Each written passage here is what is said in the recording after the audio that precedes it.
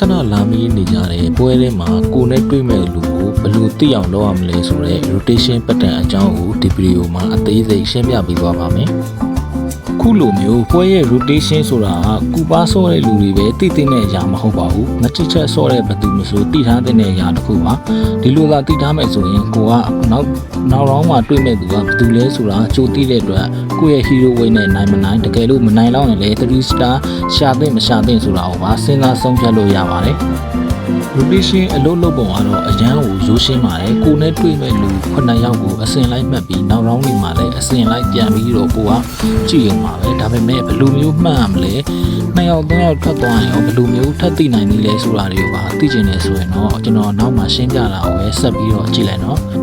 အရင်ဆုံးအနေနဲ့ကျွန်တော်ရဲ့ channel လေးကို subscribe မလုပ်ရသေးဘူးဆိုရင်လည်း subscribe လေးလုပ်ခဲ့ပြီးတော့ဒီဗီဒီယိုကိုလည်း like လေးနှိပ်ပြီးတော့အားပေးရလို့ရပါတယ်ကဲဒါဆိုရင် rotation အကြောင်းလေးကိုစလိုက်ရအောင်ဗျာအခုတွေ့တဲ့လူကတော့ပထမဆုံးတွေ့တာဖြစ်တဲ့အတွက် player 1 မှာโอเคဒါဆိုရင်သူ့ကို player 1နဲ့သူ့ရဲ့နာမည်ရှိနှလုံးလောက်ကိုကျွန်တော်ရေးပြီးမှတ်ထားပါမယ်ဒါကတော့ player 2ပါဒါက player 3ပါstage 2အစမှာတွေ့တာကတော့ player 4ပါ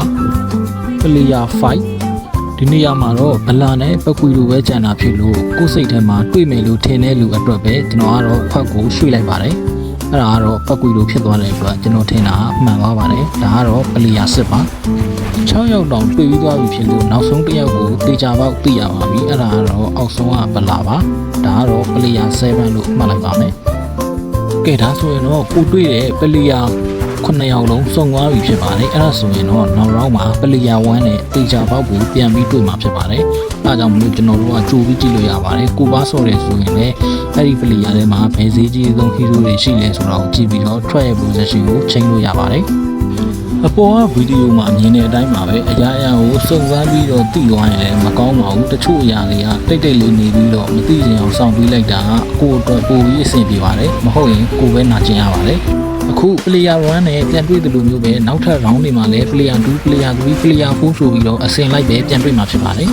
အစင်လိုက်တွေ့မှာတော့ကျွန်တော်ဗီဒီယိုမှာမပြတော့ဘူးเนาะအဲ့ဒါကတော့ပွဲထဲမှာဆော့ရင်လည်းအခုလိုမျိုးပဲအစင်လိုက်တွေ့မှာပါအဲ့ဒါဆိုရင်တော့တယောက်ထွက်သွားရင်ရောဘယ်လိုမျိုးတွေ့မလဲဆိုတာကိုဆက်ရှင်းပြပါမယ်ကဲဒါဆိုရင်ဒီမှာ player တယောက်ထွက်သွားပါပြီဒါပေမဲ့ထွက်သွားတဲ့ player ကကျွန်တော်နဲ့တွေ့ရင်ထွက်သွားတာဖြစ်တဲ့အတွက်ပြဿနာမရှိပါဘူးအစင်လိုက်ပဲအောက်က player 5 SO ဆိုတာနဲ့နောက်ရောင်းမှာကျွန်တော်ကထပ်တွေ့မှာပါထွက်သွားတဲ့ player ကခုလိုမျိုးကိုနဲ့တွေ့ပြီးမှထွက်သွားတာဆိုရင်ပြဿနာမရှိပါဘူးလက်ကျန်လူတွေလက်ကျန် round တွေမှာလည်းအခုလိုမျိုးပဲအစင်လိုက်ပဲဆက်ပြီးတော့တွေ့မှာပါဒါပေမဲ့အဲ့ဒီကိုနဲ့ထွက်သွားတဲ့ player နဲ့တွေ့မဲ့အလှည့်မှာတော့အရေးကြီးပါတယ်ကျွန်တော်အဲ့နေရာကိုဆက်ပြောပြပါမယ်တကယ်လို့ကိုကထွက်သွားတဲ့ player နဲ့တွေ့မဲ့ round ကိုရောက်ပြီဆိုရင်တော့အဲ့ဒီထွက်သွားတဲ့ player ကဘယ်သူလဲဆိုတာကိုပြန်ကြည့်ပါ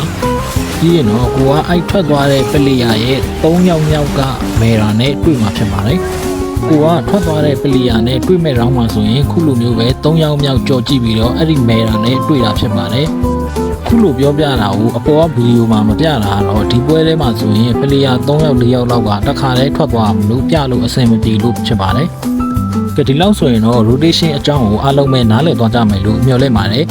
ကိုကဂိမ်းဆော့လို့ player တွေနာမည်ကိုအစာဆုံးမမှတ်နိုင်ဘူးဆိုရင်လည်းအခုကျွန်တော်မှတ်တယ်လို့အစာလေးတွေပဲမှတ်လို့ရပါတယ်ပြီးတော့လည်းကိုကအရန်မကျွမ်းကျင်သေးဘူးစိတ်ထဲမှာလည်းမမှတ်နိုင်ဘူးဆိုရင်ဘောပင်တစ်ချောင်းယူစာအုပ်လေးနဲ့ရေးမှတ်ပြီးတော့ဆော့ရင်လည်းရပါတယ်တကယ်လို့ကိုကမှတ်တာများလာတယ်ဆိုရင်တော့နောက်ပိုင်းမှာတော့စာနဲ့ရေးစရာမလိုဘဲနဲ့ကိုနဲ့တွေ့မဲ့လူကဘယ်သူလဲဆိုတာကိုကြိုသိလာနိုင်ပါတယ်ကဲအားလုံးပဲ run တက်ကြပါသေးဗျာကျွန်တော်ရဲ့ဗီဒီယိုလေးကိုကြိုက်နေတတ်တယ်ဆိုရင်တော့ like လေးတစ်ချက်နှိပ်ပြီးတော့မသိတာရှိရင်လည်း comment မှာဖတ်ပြီးတော့မေးခဲ့လို့ရပါတယ်